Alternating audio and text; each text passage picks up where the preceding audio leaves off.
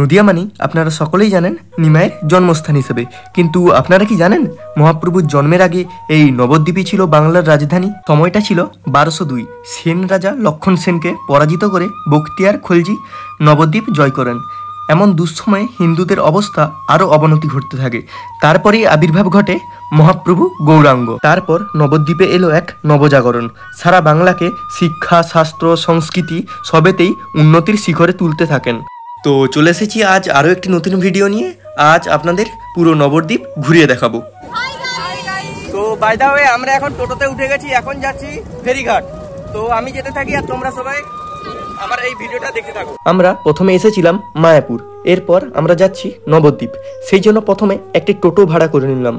আপনারা চাইলে হেঁটেও আসতে পারেন, বেশি দূরত্ব নয়, মাত্র 10 মিনিটের রাস্তা। টোটো থেকে নেমে চলে এলাম মায়াপুর লঞ্চ ঘাটে। এখানে 10 টাকার বিনিময়ে আমরা লঞ্চের টিকিট পেয়ে গেলাম। আপনারা চাইলে নৌকোতেও আসতে পারেন, নৌকোর টিকিট মাত্র 5 টাকা। এখানে নৌকো বা লঞ্চ প্রতিটাতেই প্রচুর পরিমাণে ভিড় হয়, তাই আপনারা দেখে ওঠানামা করবেন। যেহেতু আমাদের লঞ্চ চলে এসেছে, তাই আমরা আস্তে আস্তে উঠে পড়লাম। এর কিছুক্ষণের মধ্যেই লঞ্চ ভর্তি হওয়ার সাথে সাথেই ছেড়ে দিল। এরপর আমরা একটি অপূর্ব দৃশ্য দেখতে চলেছি। অবশ্যই দেখতে হলে আমার সঙ্গে থাকুন। আমরা এখন চলে এসেছি ভাগীরথী এবং জলঙ্গি নদীর মিলনস্থল।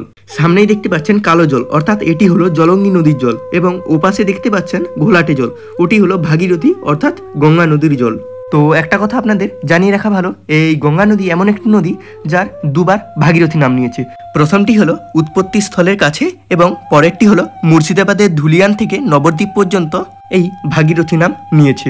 গঙ্গার এই মূল নদীটি পদ্মা নামে বাংলাদেশে প্রবেশ করেছে, আর প্রধান শাখাটি মুর্শিদাবাদের ধুলিয়ান থেকে নবদ্বীপ পর্যন্ত ভাগীরথী নাম এবং নবদ্বীপ থেকে বঙ্গোপসাগর পর্যন্ত হুগলি নামে বঙ্গোপসাগরে মিশেছে। ভাগীরথী নদী নামে 230 কিমি এবং হুগলি নদী নামে 290 কিমি পশ্চিমবঙ্গের মধ্যে প্রবাহিত হয়েছে। অর্থাৎ গঙ্গা নদী মোট 520 কিলোমিটার পশ্চিমবঙ্গের মধ্যে দিয়ে প্রবাহিত হয়েছে।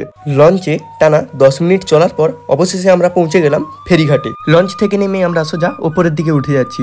এরপর আমরা টোটো বা রিক্সা যে কোনো কিছুতে উঠে ঘুরে দেখব। অবশেষে আমরা একটি গোটা টোটোই ভাড়া করলাম। টোটো ভাড়া নিল 350 টাকা। টোটোতে আমরা উঠেছি 7 জন, মানে গড়ে 50 টাকা করে পড়েছে। কিছুক্ষণের মধ্যেই আমরা আমাদের ফার্স্ট ডেস্টিনেশনে পৌঁছে গেলাম। এটা হলো রাধারানীর মন্দির এবং এরই নিচে রয়েছে গুপ্ত বৃন্দাবন, অর্থাৎ 10 টাকা করে টিকিট নেবে এবং নিচে লাইটিং এর মাধ্যমে দেখিয়ে দেবে গুপ্ত বৃন্দাবন। আপনারা চাইলেও যেতে পারেন, আমরা গেলাম না, যেহেতু আরো অনেক জায়গা যেতে হবে, তাই বেশি দেরি করলাম না। আমরা তো বাসে করে এসেছি, আপনারা চাইলে ট্রেনেও আসতে পারেন। তার জন্য 25 টাকার বিনিময়ে হাওড়া থেকে নবদ্বীপ ধাপ স্টেশন বা শিয়ালদা থেকে কৃষ্ণনগর স্টেশন আসতে পারেন। আর মেদিনীপুর বাসীর জন্য একটি সুখবর রয়েছে, আর কিছুদিনের মধ্যেই চালু হবে খড়গপুর টু কৃষ্ণনগর। খুব অল্প খরচে ট্রেনে করে যেতে পারবেন। আবারও টোটো করে কিছুক্ষণ যাওয়ার পর অবশেষে আমরা পৌঁছে গেলাম নিমাইয়ের জন্মস্থান। যদিও এখানে ভিডিও বা ক্যামেরা করা নিষেধ, তবু আমরা বলাতে না করতে পারলেন না। এখানেই সচী মাতার কোলে জন্ম নিয়েছিলেন নিমাই। নিচে কুঠির ছিল এবং উপরে ছিল নিম গাছ, তাই এটা থেকেই হয়তো তার নাম নিমাই হয়েছে। এখানে দুপুরে মহাপ্রসাদ খাওয়ারও ব্যবস্থা রয়েছে। এর কিছুক্ষণের মধ্যেই আমরা পৌঁছে গেলাম ভারত তথা পৃথিবীর সবচেয়ে বড় শ্রী চৈতন্যের 60 ফুট উচ্চতার বিগ্রহ, যা 5 তলা বাড়ির সমান। তাই দেরি না করে প্রথমেই 10 টাকা দিয়ে একটি করে টিকিট কেটে নিলাম। আমরা যেহেতু 7 জন ছিলাম, তাই একসঙ্গে টিকিটটা কেটে নিলাম। এরপর সবার হাতে যে যা টিকিট দিয়ে এবার আমরা আস্তে আস্তে ভেতরে প্রবেশ করছি।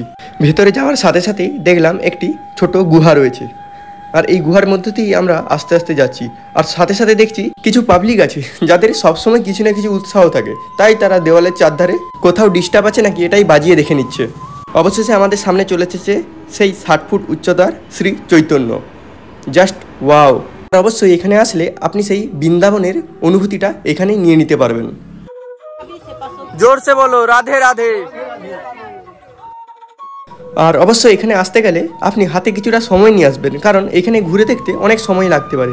আর যেহেতু টোটোতে করে এসেছি, তাই বেশিক্ষণ ঘুরে দেখতে পাচ্ছি না। আর আপনাদের অবশ্যই এই নবদ্বীপ, মায়াপুর, অবশ্যই এইসব তীর্থস্থানে অবশ্যই আসা উচিত। আর আপনাদের হয়তো ক্যামেরায় দেখাতে পাচ্ছি না, এখানে অনেক মাছ রয়েছে, এই যে সামনে দেখতে পাচ্ছেন। এরপর আস্তে আস্তে আমরা এগিয়ে যাচ্ছি মিউজিয়ামের দিকে। দেখতে পাচ্ছেন এখানে একটি মিউজিয়াম রয়েছে। যেহেতু প্রথমে গেটের কাছেই 10 টাকা নিয়ে নিয়েছে, তাই এই মিউজিয়ামে ঢোকার জন্য আর আলাদা করে টাকা নিচ্ছে না। তো অবশ্যই তোমরা এই মিউজিয়ামে ঘুরে দেখতে পারো। আপনারা কি জানেন যে মহাপ্রভুর 2টি বিয়ে?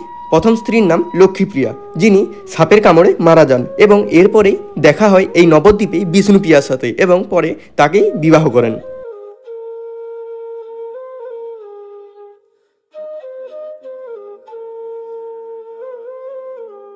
এখানে এসে আমার খুব ভালো লেগেছে। তো যাই হোক, এবারে যাচ্ছি সোনার গৌরাঙ্গ দেখতে। শুধু কেবলমাত্র সোনা নয়, সোনার থেকে কিছু মূল্যবান ধাতু দিয়ে এই গৌরাঙ্গ মূর্তিটি নির্মিত হয়েছে। দেখলাম এখানে সবাই ষষ্ঠাঙ্গে প্রণাম করছে, তাই আমিও সবার সাথেই যোগ দিলাম।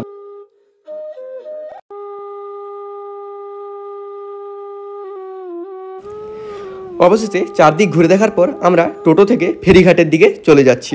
আবারও লঞ্চে করে চেপে চলে যাচ্ছি মায়াপুরের দিকে। এই যে দেখতে পাচ্ছেন ভাগীরথী এবং জলঙ্গি নদীর মিলনস্থল।